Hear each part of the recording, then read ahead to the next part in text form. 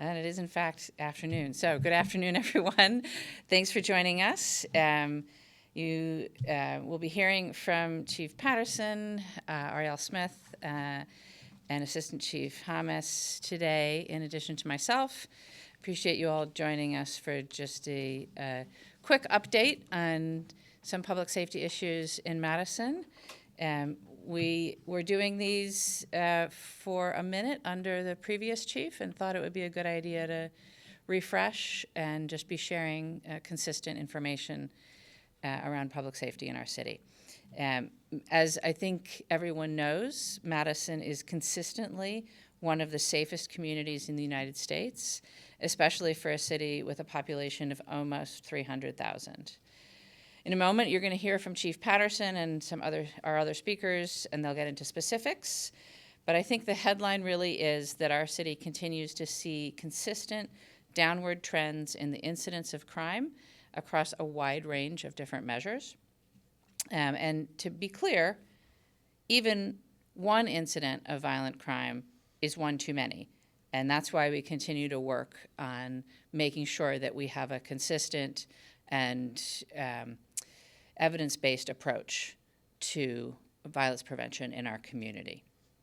And we do take a holistic approach to crime prevention and violence prevention. I want to thank Chief Patterson and the entire department for embracing data-driven policing. It is an evidence-based approach, and it is working in Madison, and you'll hear some numbers about that in a minute. But I also really want to highlight the collaborative effort between MPD and Public Health's Violence Prevention Unit. Eliminating violence in our community is not something that one agency can do alone. It does require proactive measures that go beyond just a law enforcement response. We must and are looking at the drivers of violence and working to find solutions that will lead to lasting change in our community. This is the type of work that you'll hear about from Ariel Smith, who's the director of our Violence Prevention Unit. You're also going to hear about our CARES program, an innovative effort that started in 2021. And as you may know, its goal is to respond to individuals that are experiencing nonviolent behavioral health emergencies with the care that they need. CARES teams are dispatched by the 911 center, and they are dispatched now where previously we would have dispatched a police squad car. The CARES team and the teams that go out are able to build relationships throughout the community, not just with the folks that they are serving, but also with resource centers, shelters, mental health care facilities. And the important thing here is that CARES isn't just a one-time response. They work to connect people with services. And they work to strengthen and maintain those connections so that the folks that they are serving are not just helped in the moment of crisis, but can actually get connected to help in the long term. This is, of course, the right thing to do for our residents, but it has the added benefit of freeing up our police resources so that they can focus on the things that they are specialists in particular, the focus on violent crime. CARES has expanded coverage since we launched it, and it is being actively sought out by other communities. So we have, I think, basically all of our surrounding communities would like us to serve them with CARES, and that is something that we are in conversation. You'll hear a little bit more about the one other community we do serve. That and the report on CARES will come from Assistant Chief Hamas. I think the thing that's most important for me to say today is that safety in Madison is something that takes a multi-agency approach. It is not something that is solely the responsibility of any one office or any one agency, and that we are continually working to improve public safety in our community across multiple agencies.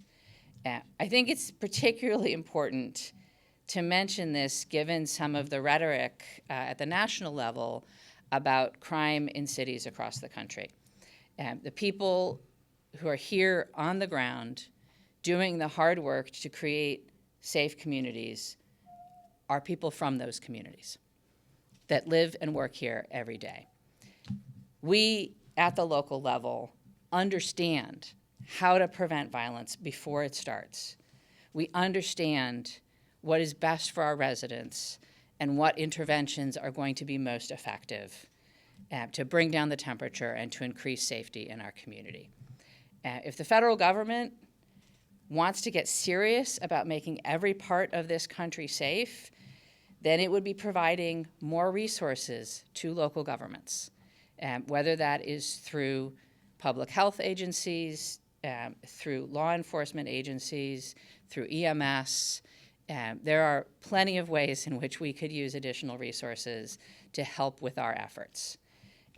But dismantling the social safety net, putting more and more households into housing insecurity and economic insecurity is not the way to create safety in our country or in our community. So unfortunately, what we're seeing from the federal government right now is actively working against safety in our community. Nonetheless, here in the city of Madison, we are going to continue to do what's right.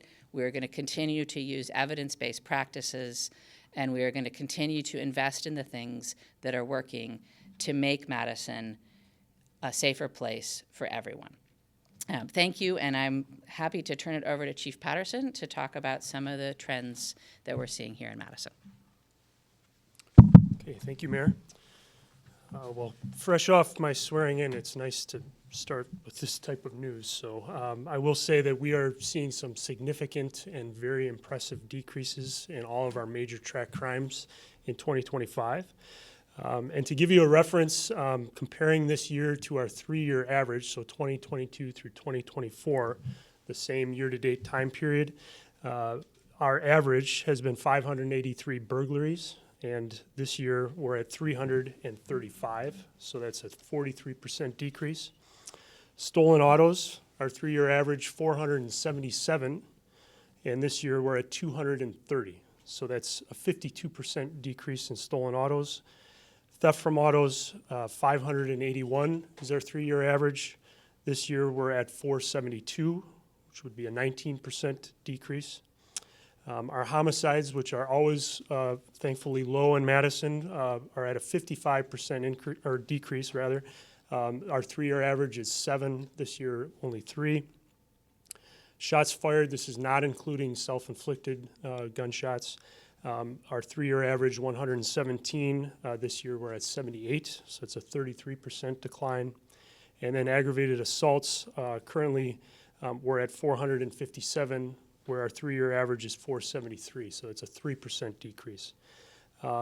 We are extremely proud, both as a police department and as members of Team City, to see this type of decline this year. I think it's really indicative of how our officers have embraced data-informed decision-making, data-informed problem-solving, but it's also demonstrating the collaboration that our community, frankly, has been willing to participate in as well, and deepening their collaborative efforts with our staff.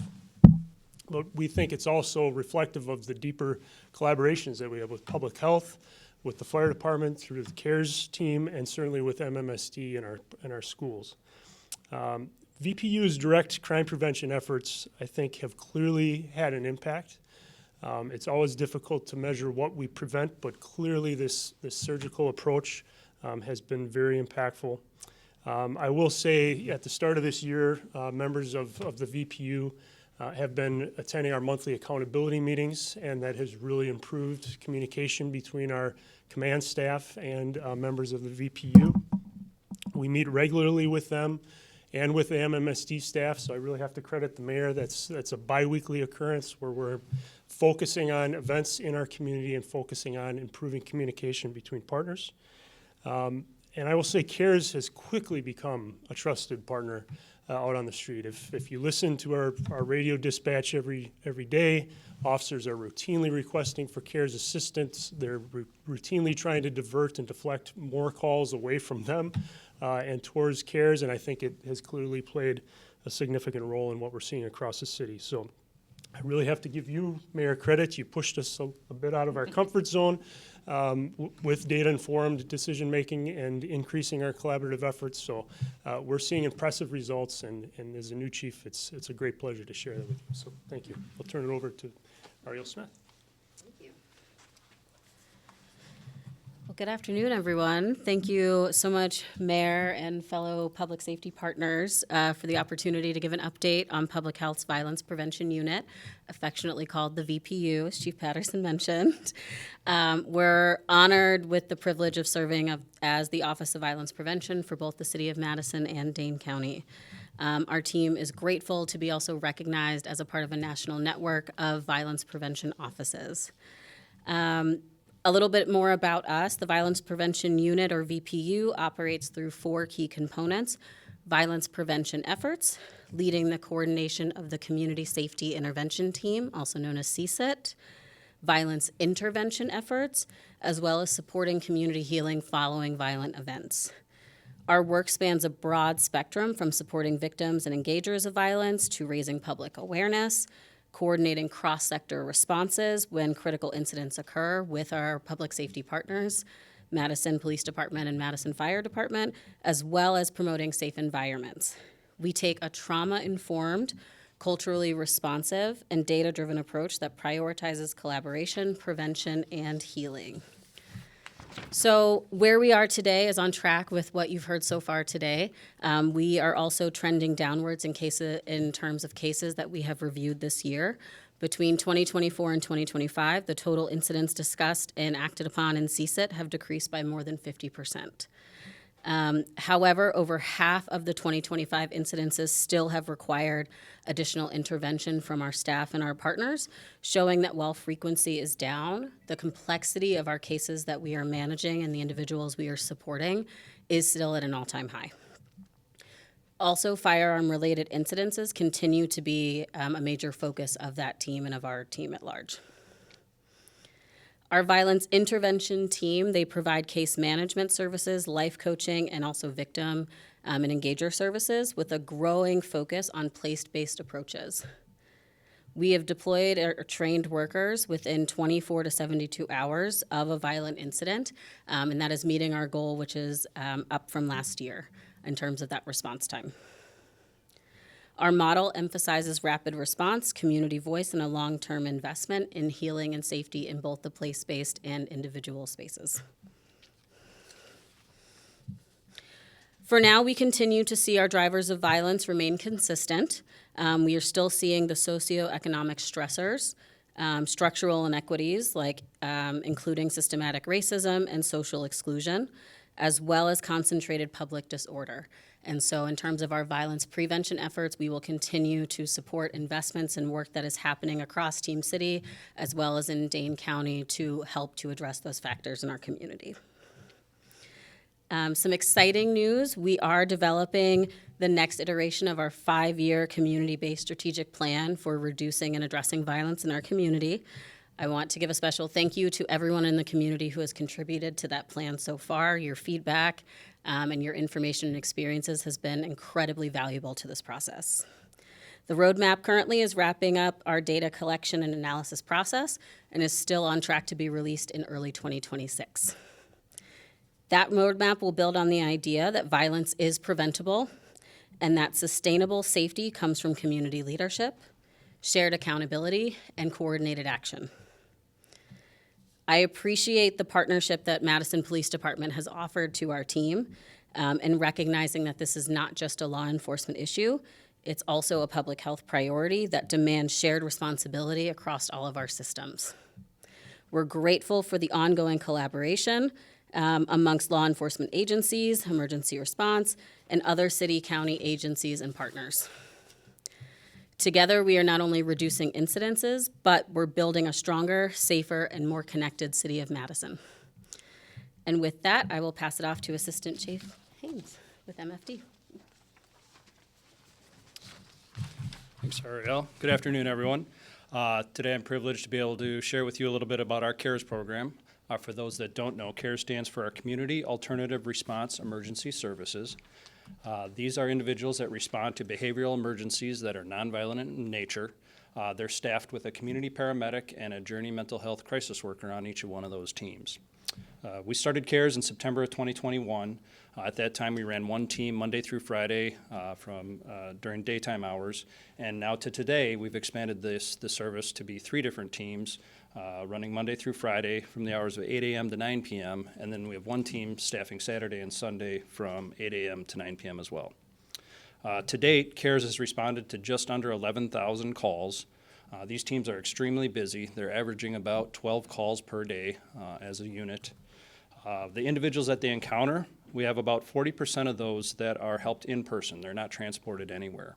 The ones that our CARES team do transport, we send about 25% of those individuals to the emergency departments, and then the rest of those get transported to other resources in the community to help them get the services that they need. CARES routinely refers individuals that they encounter to a number of different community services, established community services that are out there in our community to really get them in the right direction and get them the services that they need. Of note, only 2% of the individuals that we encounter with CARES are transferred over to law enforcement. That's a really huge impact, and as Chief Patterson alluded to, it's freed up the officers' workload there, and it's really, again, directing the individuals to the services they need instead of the traditional response where it would have just been historically a fire and EMS response or a law enforcement response. That's only about 130 individuals out of the 6,700 individuals that we've encountered with CARES, so it's a pretty phenomenal statistic. The mayor alluded to that we're in the process right now of a year-long pilot expansion program of providing service to the city of Sun Prairie. That started in early February of this year, and that'll expire in early February of 2026. We're currently evaluating how the numbers are looking and whether or not we're going to continue service into the city of Sun Prairie or the potential of expansion to other communities in the area. To date, we've ran about 60 calls into the city of Sun Prairie since the start of that program. CARES has been and they'll continue to be a really valuable asset to our community. As I alluded to, they are providing resources and qualified individuals to help people in our community in need that don't necessarily require the traditional response of fire and EMS or law enforcement. We thank the mayor and the whole county, for that matter, for the support of the program. Again, we look to future growth and development of it, and that's pretty much what we're putting a feather in our cap of with CARES. It's pretty awesome. So thank you. Mayor? Thank you. All right, so that's our update. I think all of us would be happy to answer a few questions if you have them. Chief, I'm wondering if you could go into this, dealing with this White Horse Middle School situation and what that looks like from your guys' end when you see a report like that, and how you so quickly sort of determine that it was questionable, I guess. Well, hopefully you saw our update from last night, but through preliminary witness statements and through video evidence, it was clear to us there were inconsistencies from what we were able to verify, and then obviously what was being posted and reposted online. And so we felt compelled to get something out quickly to try to convey that message, because clearly, I think some damage perhaps could have been done to the investigation if it persisted, for another day. So I guess I'm just curious, having to deal with reports like that, what that may be embedded online, like what's that like? And that takes resources away from you guys, right? Well, it's to be honest, I don't think as a community it's something we should be participating in. As unverified, unchecked, social media posts should not be driving how we react in our community. It should certainly make people ask questions. But the way that it was traveling online was, I think, potentially dangerous to the investigation and damaging to the investigation. So, it's frustrating, to be very blunt. And it is certainly a distraction to the employees who are trying to do the investigative work and verify what may or may not have occurred. To my colleague's point, this might be a burgeoning new area of investigation you have to take time and resources into, but with AI and deepfakes and things becoming more prevalent in our social media communities and whatnot, how hard is that to identify what is factual versus falsified when you're looking at investigations and details and videos and things like that? of that Well, nature? it's challenging. I mean, it's nothing new to the profession, obviously. We have to verify everything that's presented as fact. But certainly the speed at which it was traveling is unique. But we have to be on top of how it might be jeopardizing potentially the safety of other people as well. So there was an address on Margaret Street that was being posted and reposted, and based on where we're able to see, that address has nothing to do with anything. And so these are people just living their lives who are now, fearful, frankly, because their address is being posted as involved, when so far we don't think that's the case.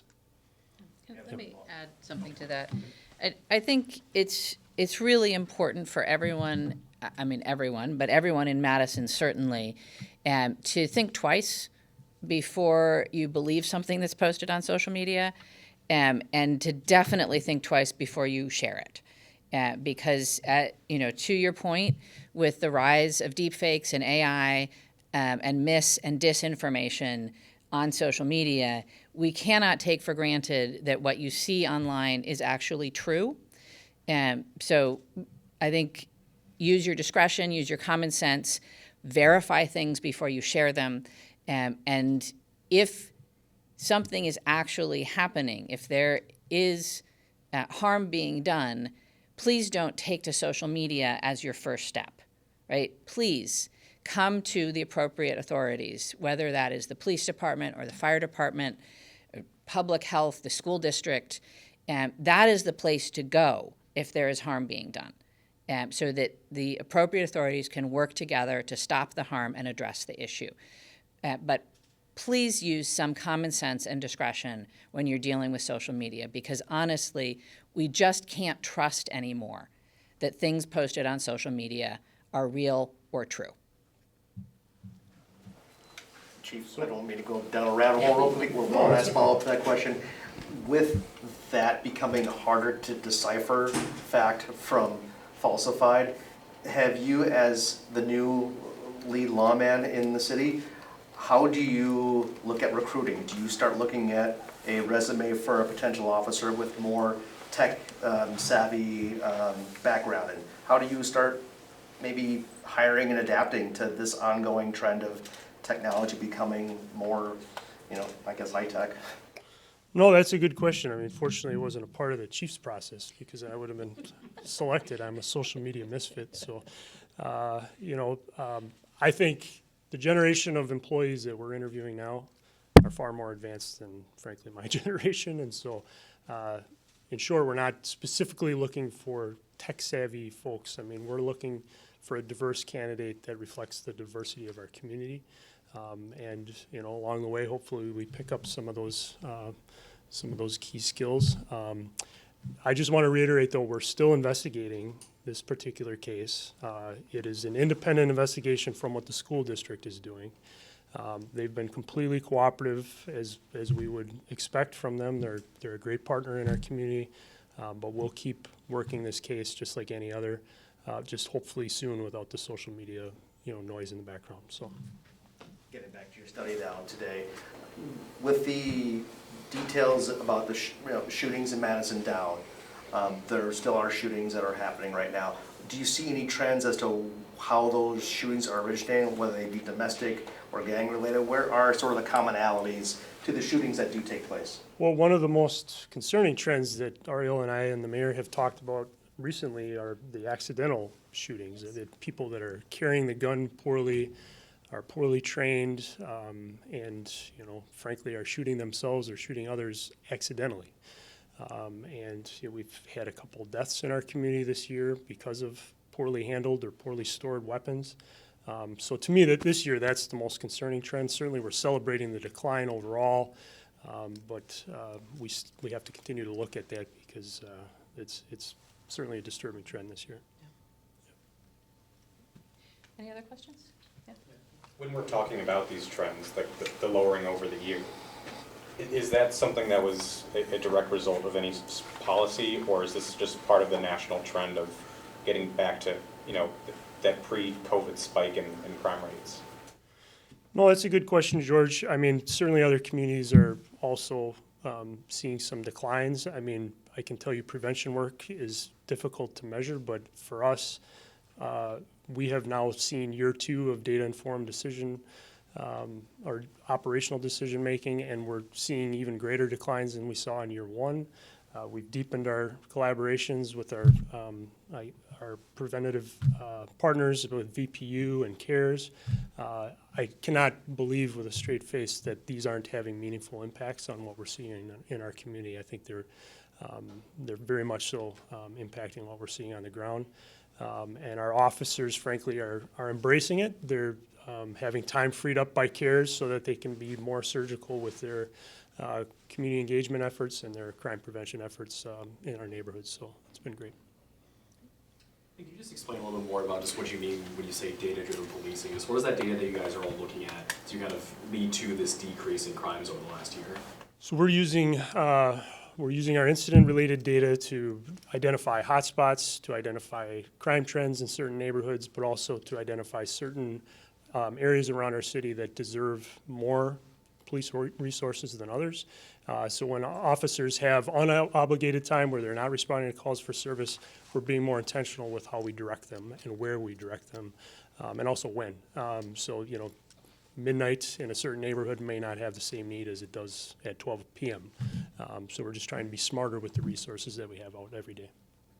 One of the things that, that was the expert answer, right? But for the folks who don't speak policing necessarily, no, it's good. It's good. It's got to have the experts, no question. But one of the things that I have heard and I think is perhaps helps to understand is that they're really using data to understand where and when things are happening, and sometimes also who is involved.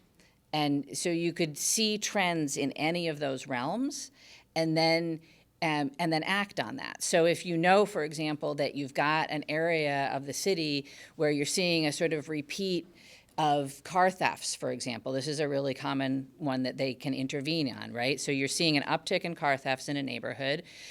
They will go out and they will communicate to that neighborhood. Sometimes they'll do actual flyering on cars. Remember to lock your car, you know, watch out, there's been an uptick. Here's some of the things you can do to keep yourself safe and not be a victim. And that's a sort of immediate, rather, you can't do that citywide, nor do you need to do it citywide, right? You need to do it where it's happening so that that neighborhood is aware that there's a particular danger right now and that there are things they could do to help keep themselves and their neighbors safe. And so it's a really focused and directed response to things that we're seeing out there happening, not quite real time, but pretty close. I think the other example that is helpful to understand is that, for example, if a particular property is seeing a number of incidents over time, you know, that district, that captain in that district might work actually with that property owner or with the tenant. What can we do?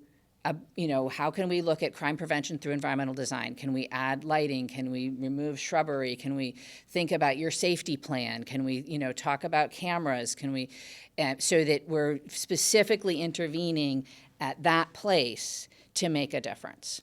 So it all starts with the data of where we're seeing things happen, but then they're turning to evidence-based solutions to intervene to prevent further things happening in that area or in that time period. Any other questions? All right, thank you all very much. Appreciate your time. Thank you. Thanks, Chief. Thank you.